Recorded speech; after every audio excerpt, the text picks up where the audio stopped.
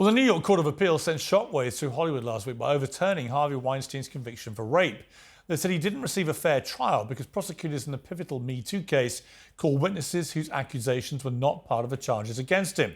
Weinstein will remain in jail. He was also convicted of rape in California last year and sentenced to 16 years behind bars. In a moment, I'll talk to his lead lawyer in the New York case, Donna Rotunno, and we'll debate the issues surrounding one of the most seismic scandals in Hollywood history.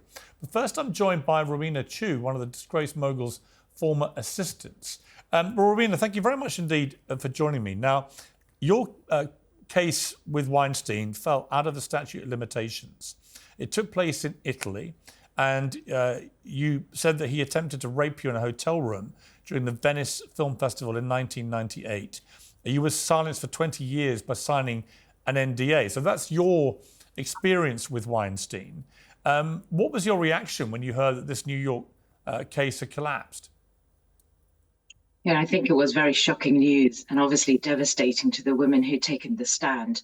I think that we all felt that collectively through the Me Too movement, we'd worked incredibly hard to get Harvey behind bars, whether we took the stand or whether we spoke out publicly in the news and in the media. So it very much felt like the camel passing through the eye of a needle. So this was a gut punch, certainly, to the women who'd put in so much effort to have him put behind bars. I mean, the specific reason that the case has collapsed is that prosecutors call witnesses whose accusations were not part of the charges against him. There were 3 women who testified about prior bad acts. Now, that was just deemed to be a breach of the normal lawful process. One of the issues around Me Too was not that many bad people didn't get held to proper account, because they clearly did, including Harvey Weinstein, which is why he's in jail. But that also due process really matters. And people did feel concerned that due process was kind of trampled on in some of these cases. And you could argue, if you were looking at this dispassionately and didn't have a direct involvement, as you obviously do, and feel very strongly about it, that the way that trial was conducted by bringing in 3 women who were not to do with the original charging was just unfair, whether it's Harvey Weinstein or anybody else.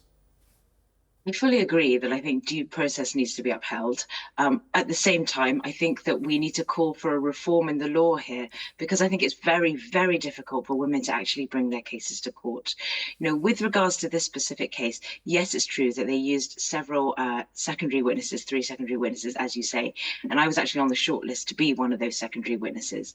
My understanding is that the DA's office wanted to build a picture of bigger predation.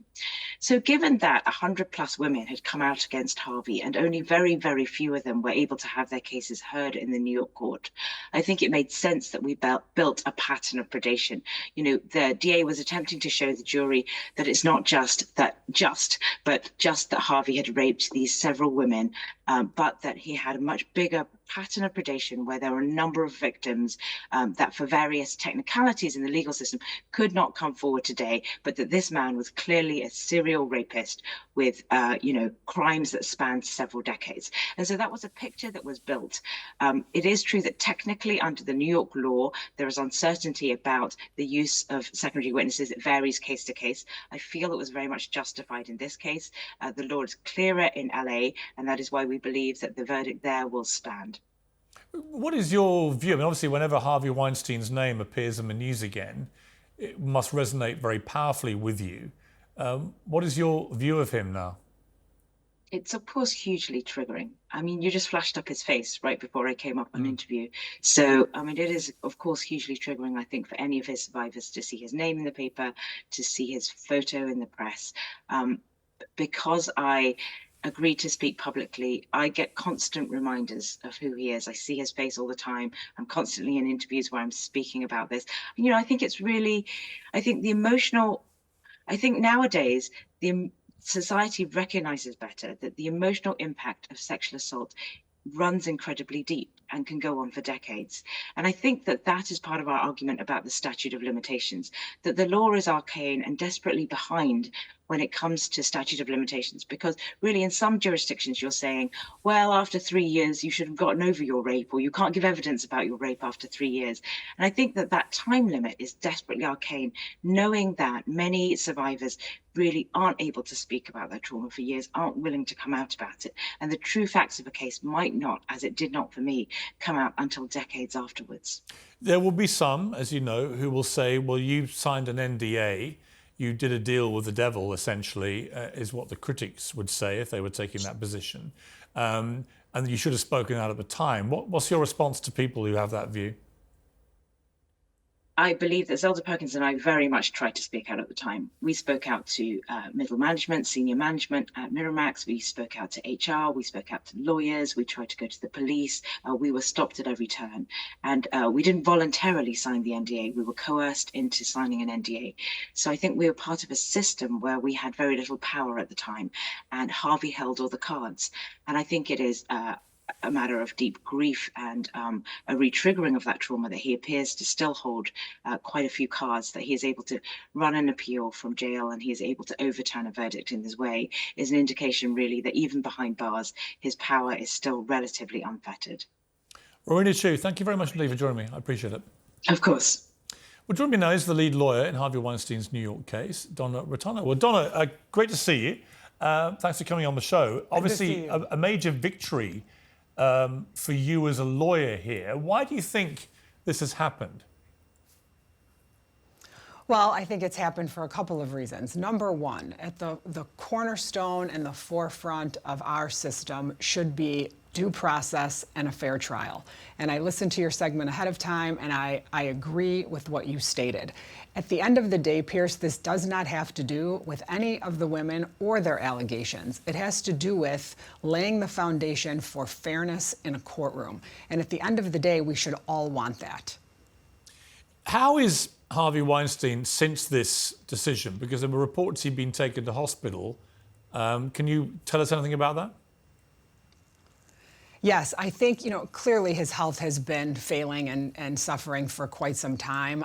Once you are transferred from one area of a New York State prison back to the basically holding jail where you wait pending trial, they have to make sure that you're okay. So I think part of the hospitalization was that he's tested, that he's okay. I know that he was trying to call. I received a message that he was trying to call on Saturday. I have not spoken to him since he was placed in the hospital, but I have spoken to others that he's doing okay. Have you spoken to him since the decision? No, I have not actually. He has spoken to others through me, and we have shared messages, but unfortunately we haven't had a chance to speak directly, but I'm sure that will happen soon. He sent a number that he'll be calling me from, so hopefully it'll be in the next couple of days. And from what you've gleaned from what he's told others, what is his reaction to this? He's obviously very happy. I mean, this is a long time coming. This has been a horrible situation for him, for his family, for people who care about him, for those of us who have fought tooth and nail for him. So, obviously he's thrilled. This is a landmark verdict. It's historic in many ways. And again, it's really about the fairness of a trial. It's not about specific allegations. It's not about right or wrong conduct. This is about what is fair in a trial. And, my position on this has been for decades that you cannot parade a group of people into a courtroom to then establish that someone is guilty of behavior to someone else. I don't think it's fair. I don't think it allows due process. Thankfully, the court in New York agreed with us on this point. And also, the court decided that given all of the bad acts that they were going to allow in if Harvey were to testify, things having nothing to do with sexual allegations, didn't allow him to get on the witness stand and tell his story. And in a he said, she said group of circumstances, how do you not allow someone to get up and actually tell their story? This was someone with no criminal background, and he was basically barred from taking the stand. The Manhattan District Attorney, Alvin Bragg, who of course at the moment is involved in this bringing this hush money prosecution against Donald Trump that's ongoing, getting all the attention. He will now decide whether Harvey Weinstein faces a retrial for this conviction. What do you think will happen? He, through a spokesman in an email, said we will do everything in our power to retry this case and remain steadfast in our commitment to survivors of sexual assault. Do you anticipate that there will be a retrial?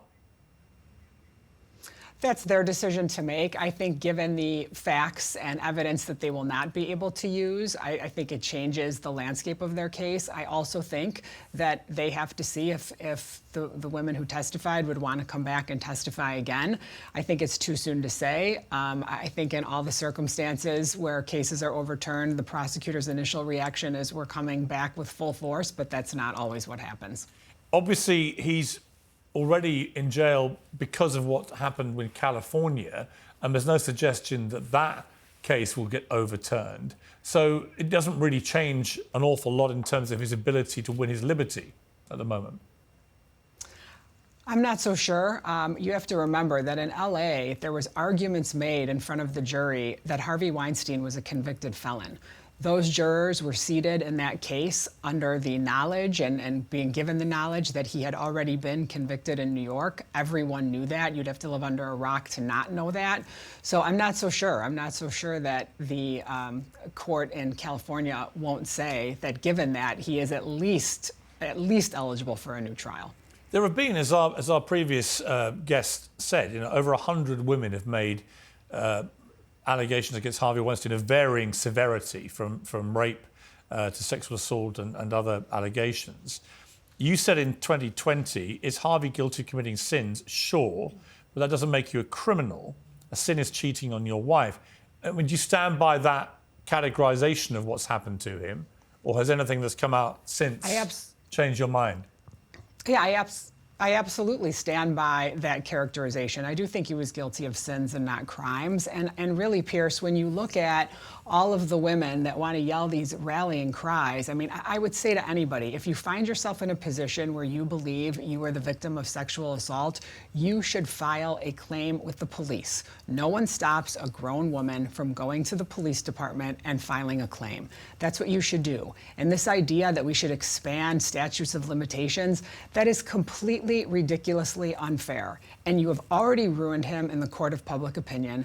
And the one place it should be fair for him is in a courtroom. That's the one place you should know that you can go and be judged based on fair allegations, based on allegations that you can defend.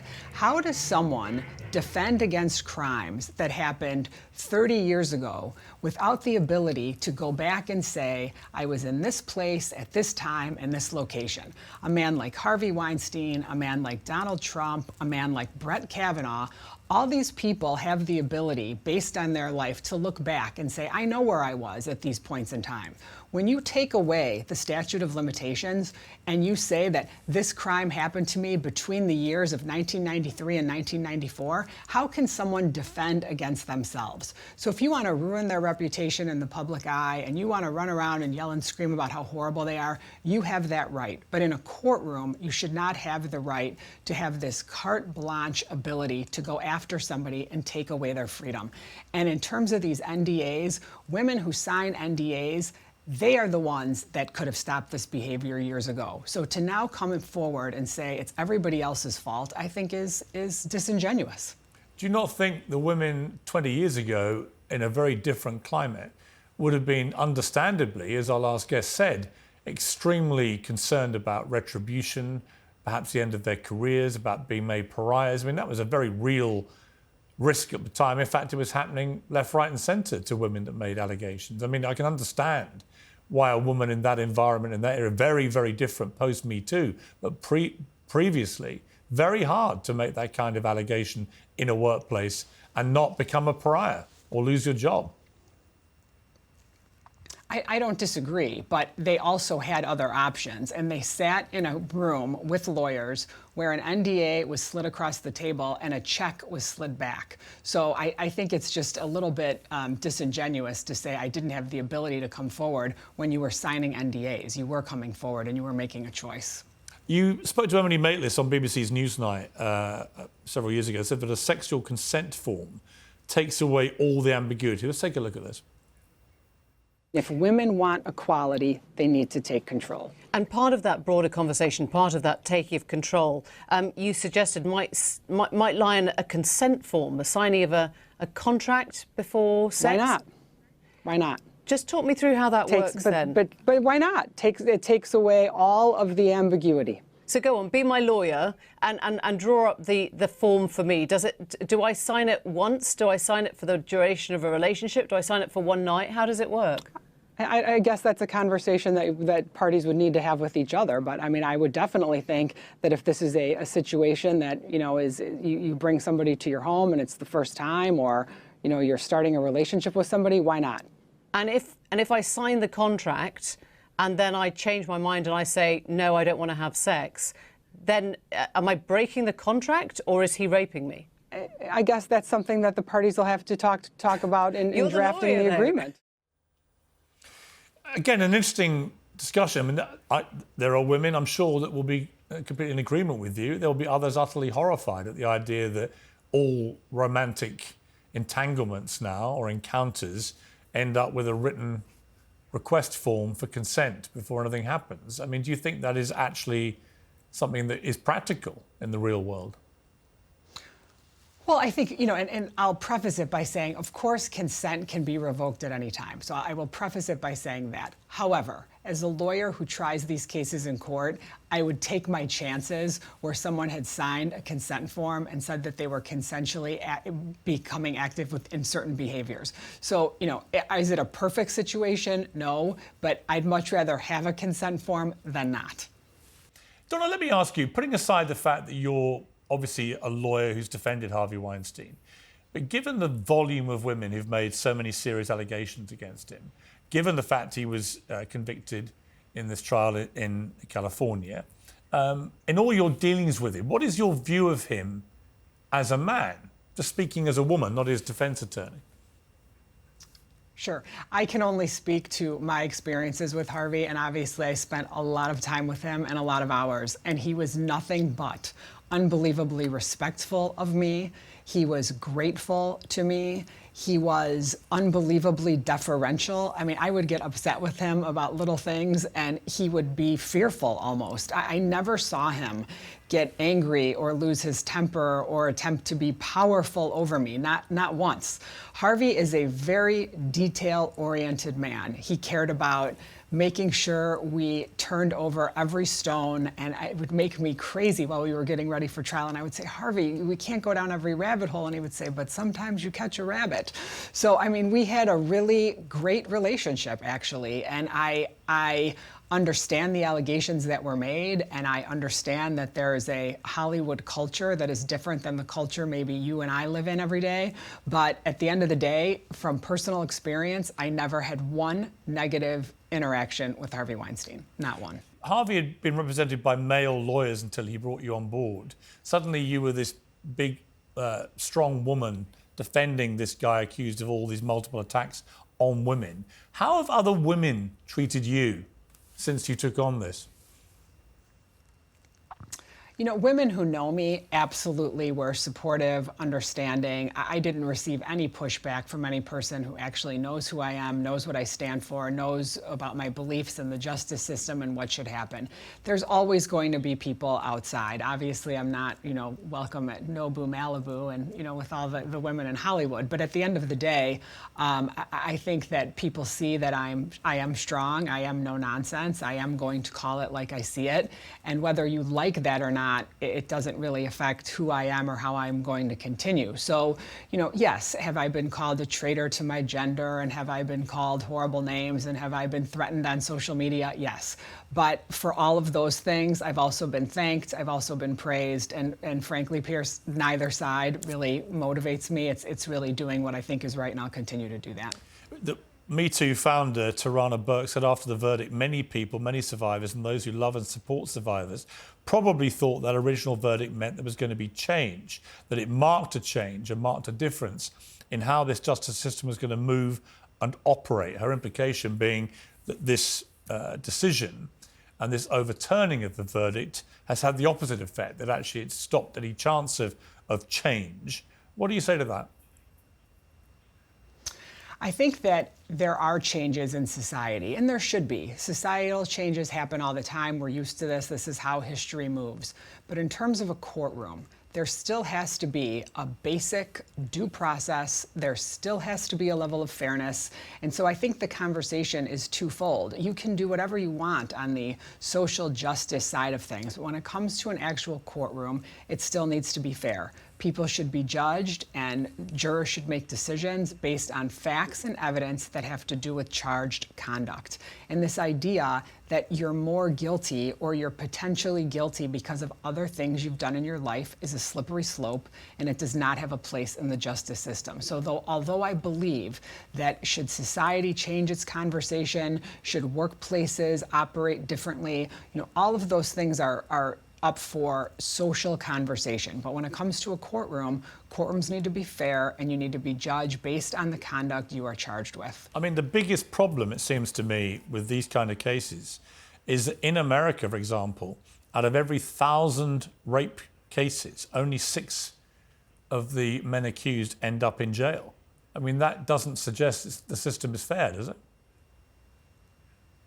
Well, I don't know if it doesn't suggest it's fair, but I think it maybe suggests that, both sides need to have a conversation about it. And I have a very hard time, and I'm speaking about adult women and adult men that enter into whatever level of relationship they enter into. I'm not speaking of stranger danger rape. I'm not speaking of children who are victims. I am speaking of circumstances where there is gray. People have had a relationship, people work together, and I'm talking about circumstances like Weinstein, where there were quid pro quo circumstances. And so I look at those circumstances and I say that if women don't like the behavior, they need to speak up. You cannot expect that you can, and in terms of a courtroom, now I'm not talking about the way you handle it in your personal life, but in terms of a courtroom and receiving the justice that you want in a courtroom, if someone has done something wrong to you, you need to come forward. And I don't like, as a woman, I don't like this idea of infantilizing women.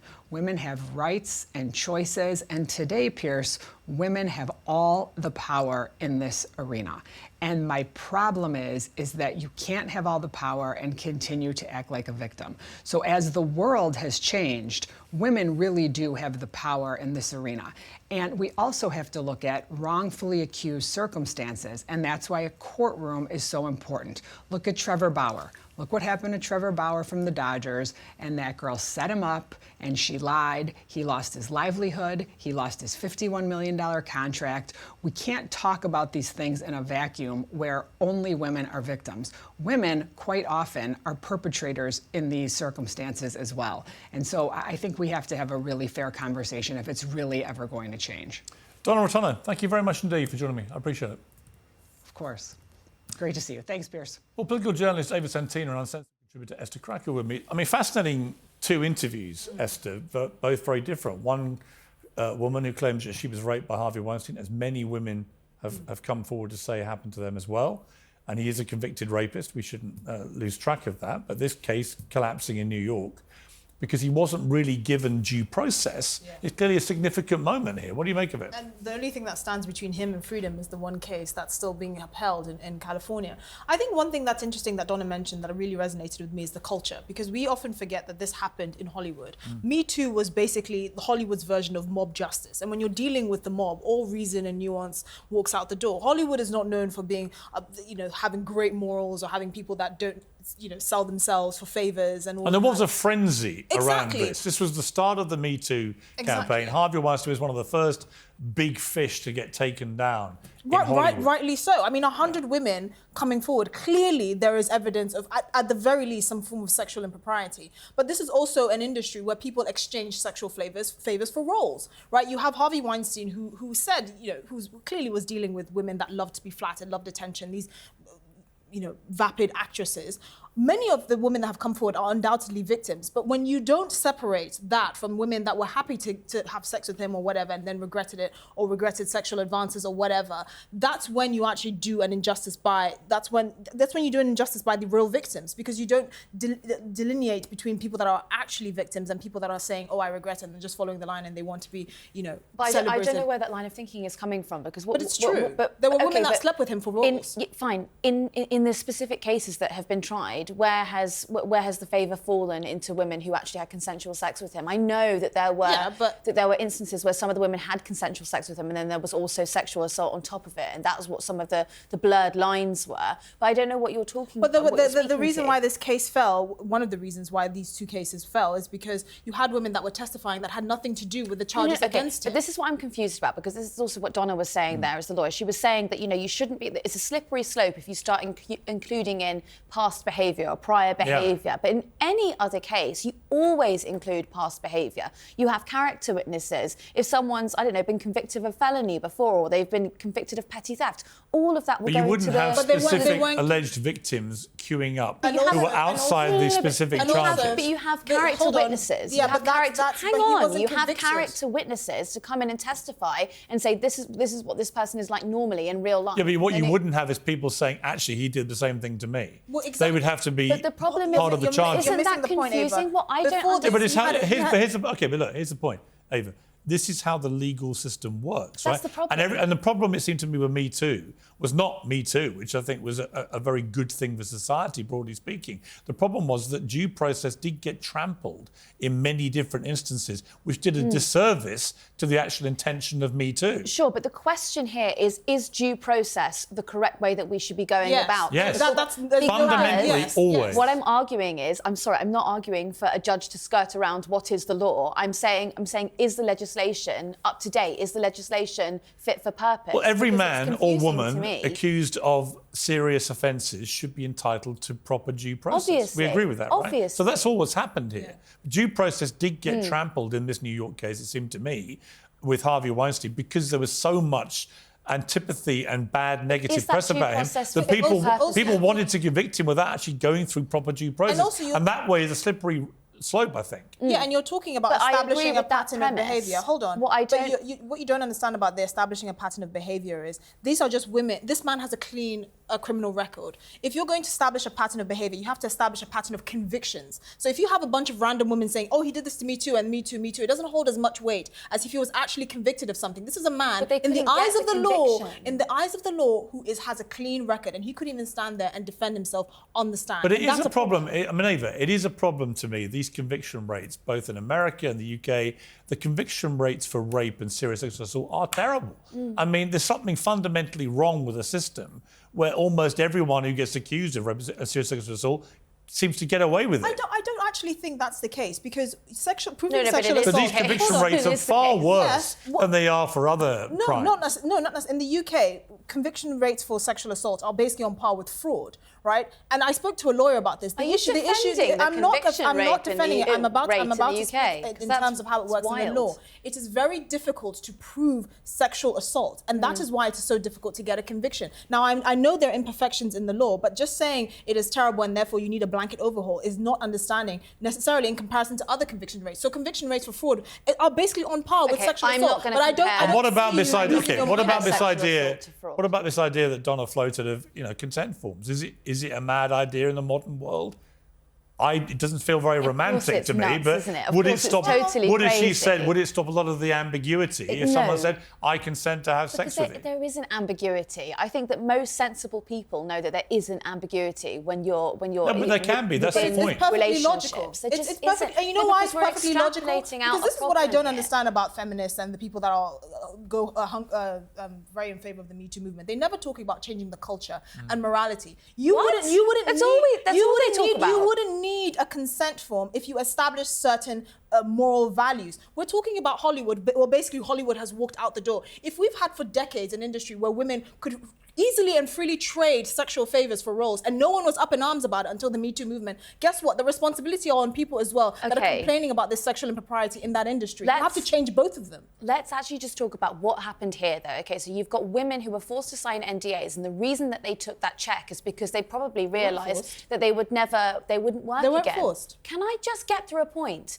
They probably realised that they would never work again, so they had to take the money, otherwise because they knew that there was no check coming. What do you mean they weren't forced? You weren't there. They were not forced but you weren't there. No, hang on. Nobody is forced to sign any NDA. Well, okay. However, it is certainly true, Esther. The mood around these things back then was way different to now. I appreciate that. Women were not really listened to about this kind of thing, and they probably did fear they would lose their careers if they didn't do some deal with the devil, as I put it. Absolutely, but one, they were not forced, and two, you have to make a difficult choice. They deserve justice, but in part of getting that justice, you cannot say, I'm going to sign this NDA and take this check, and then 20 years down the line, actually, no, I'd rather have some justice, please. Because not only are you working against yourself and your own justice, you're working against other victims. You cannot sit there and say you're a bastion for women's rights and you want to defend women what has changed? and do this to women as well. Right, I mean, Ava, what has changed, in answer to Tarana Burke's point about nothing changing, actually, it has changed. Women will not sign NDAs like that ever again.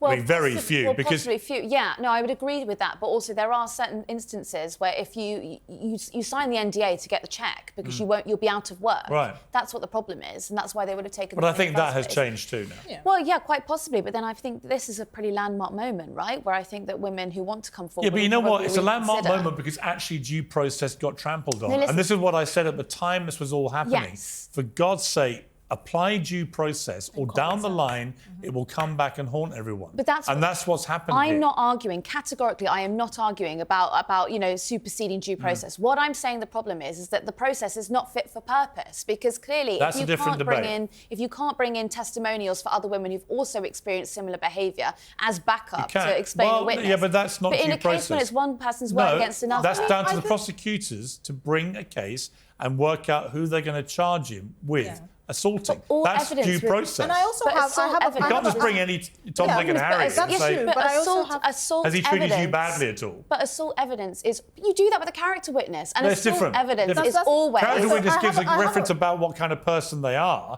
They don't give specific allegations of similar crimes. But what evidence do you actually want them to bring? Okay, Esther, answer the question. What evidence do you want them to bring? Because unless you... There isn't evidence of sexual assault. Physical markings. There isn't. It's when always you go to the police, they do swabs, they take pictures of between you. No, they do.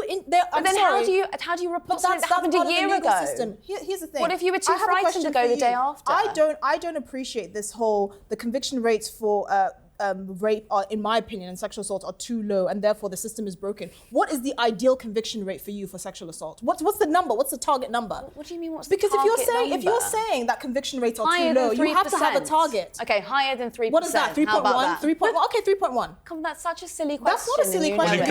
You can't set a percentage on it. I personally... You have to compare it to other things. But I think the fact these numbers are so low everywhere suggests to me there is a flaw in the system, and it's why women, largely speaking, do not actually report these things. Because they don't think there's much hope of them ever getting accountability. So, yes, there are women who try it on. Yes, there are women who invent stuff. Yes, there are men. I interviewed a young footballer who had a terrible experience where he was eventually acquitted in 7 minutes, by which time his whole reputation was trashed.